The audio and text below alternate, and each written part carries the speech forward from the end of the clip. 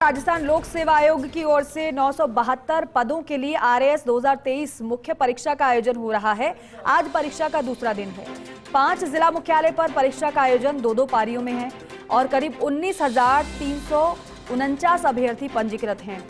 आपको बता दें कि शनिवार को भी जयपुर सहित 5 जिलों में मुख्य परीक्षा 2 पारियों में आयोजित हुई। दोनों पारियों में जनरल स्टडीज फर्स्ट और सेकंड का पेपर हुआ। पहली पारी में कुल पंजीकृत 19,355 में से 16,689 अभ्यर्थियों ने परीक्षा दी और 2,666 अभ्यर्थी अनुपस्थित रहे। आज भी परीक्षा का आयोजन है। 2 पारियों में परीक्षा हो रही है।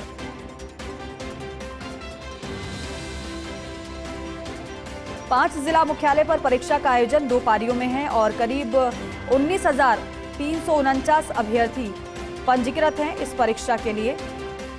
स्पेशल रिपोर्टर शुभम जैन हमारे सहयोगी जुड़ रहे हैं हमारे साथ। शुभम, कल का दिन भी परीक्षा के नाम रहा, 2 पारियों में परीक्षा हुई और आज भी परीक्षा 2 पारियों में होने वाली है।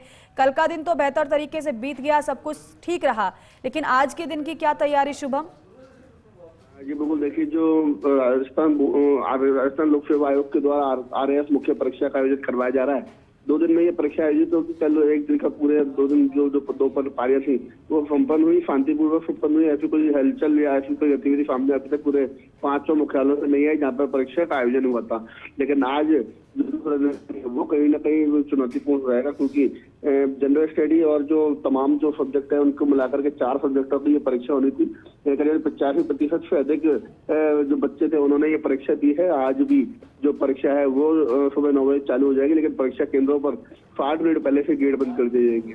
उसी के तहत जो परीक्षा केंद्र है उनको परीक्षा केंद्रों को खोल दिया गया है और जो बच्चे हैं उनको कड़ी चेकिंग के बाद अंदर प्रवेश दिया जा रहा है। हालांकि उनको कक्ष तक अभी नहीं जाने दिया जाता, लेकिन वो सेंटर के अंदर प्रवेश कर दिया जाता है। उसके बाद उन्हें कक्ष तक भेजा जाता है, लेकिन जो प्रवेश है वो 8 बजे तक दिया जाएगा। 8 बजे के बाद जो उनकी अंदरूनी चेकिंग होती है, अंदरूनी जो जांच होती है वो करने के बाद उन्हें कक्षों में भेजा जाएगा और कक्षों में भेजने के बाद 9 बजे से परीक्षा शुरू हो जाएगी। आज जो परीक्षा है वो दोनों पारियों में समाप्त होने के बाद इंतजार रहेगा परिणाम जारी करने का, जिसके बाद जो तीसरा चरण होता है साक्षात्कार का, वो किस तरीके से रहता है उसको लेकर के आरपीएससी के ऊपर अब जो है वो लोड रहेगा कि जल्द से जल्द वो परिणाम जारी करेगा।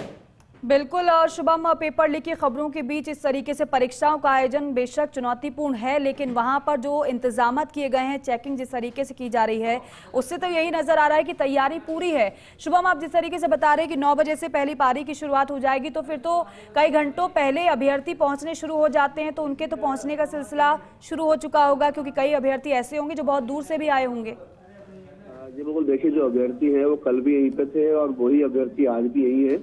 तो कहीं ना कहीं जो होता है आसपास में वो कहीं ना कहीं रुक जाते हैं, जिसके चलते समय पर पहुंच जाते हैं। हालांकि कल जब हम मौके पर मौजूद थे तो कल जो कुछ अभ्यर्थी थे जो 8 बजे के 8:02 पर पहुंचे थे, लेकिन गेट बंद कर दिए गए थे, तो उनकी कहीं ना कहीं जो परीक्षा है वो छूट गई थी। और आज भी वही होगा कि परीक्षा केंद्र पर प्रवेश जो है वो देना शुरू कर दिया और 60 मिनट पहले परीक्षा से, मतलब 9 बजे परीक्षा होनी है तो सही 8 बजे गेट बंद कर दिया जाता है। तो उसके बाद किसी भी परीक्षार्थी को प्रवेश की अनुमति नहीं होती है।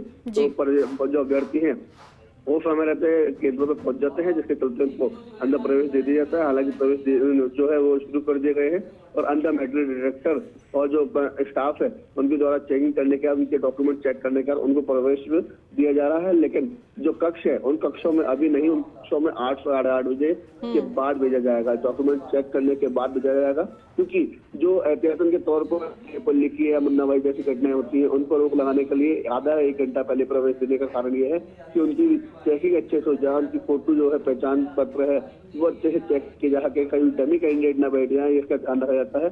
और शांतिपूर्ण परीक्षा संपन्न हो, कोई इसमें नकल ना हो या कोई ऐसी गतिविधि न हो, उसका ध्यान रखा जाता है, जिसके चलते 1 घंटे पूर्व जो निर्धारित समय है उस तक ही उस पर प्रवेश दिया जाता है, उसके बाद प्रवेश नहीं दिया जाता। चलिए ठीक है शुभम, बहुत शुक्रिया आपका इस पूरी जानकारी के लिए।